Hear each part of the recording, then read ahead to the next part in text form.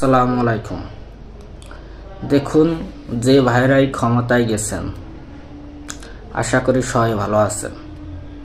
মনে করেন যে ভাই, আপনারা সুন্দর মতো জন্য দেশটা চালায়েন, দুর্নীতির জন্য না হয়।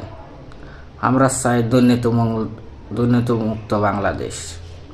আপনারা যদি দুর্নীতি করেন, এই ফিরে যদি দুর্নীতি করেন রে ভাই, তাহলে আর কেউ বলে বোঝানো কথা নাই, কেউকে আর বিশ্বাস করার মতো পরিস্থিতি নাই। আপনারা যদি দেশের টাকা যদি বিদেশে নেন, তাহলে কি ভাই আমরা বাঁচবো? আমাদের দেশ কি বাঁচবে? আমাদের কি জনগণ বাঁচবে?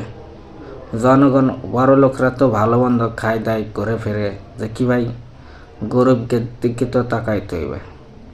তা আপনি যদি এই দিক যদি না তাকান, দেখেন আমরা চাই গেছে ক্ষমতায়, যে দল যাবে আসবে এইলো নীতি,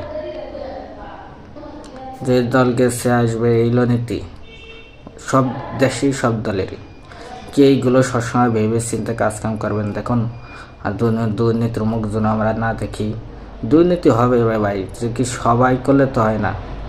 ওই 10টা দিয়ে একজন খারাপ, 2জন খারাপ হইতেই পারে, 2জনে কোনো আসে যায় না। যে কি বড় আকারে যদি সবাই যদি দুর্নীতি করে, তাহলে তো ভাই দেশটা একবার পতনমূল হয়ে দাঁড়ায়।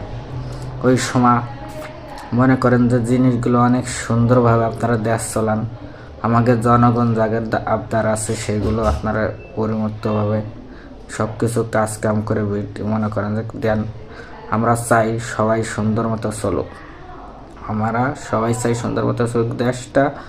আপনারা সবসময় আমাদের ভালো থাকার চিন্তা ভাবনা করবেন, সব কিছুর দাম কমাবেন। সামনে রোজা, আপনারা সবসময় আমাদের দিকে একটু তাকাইতে করে আপনারা কাজকাম করেন। দেখি আপনাদের প্রতি অনেক ভালোবাসা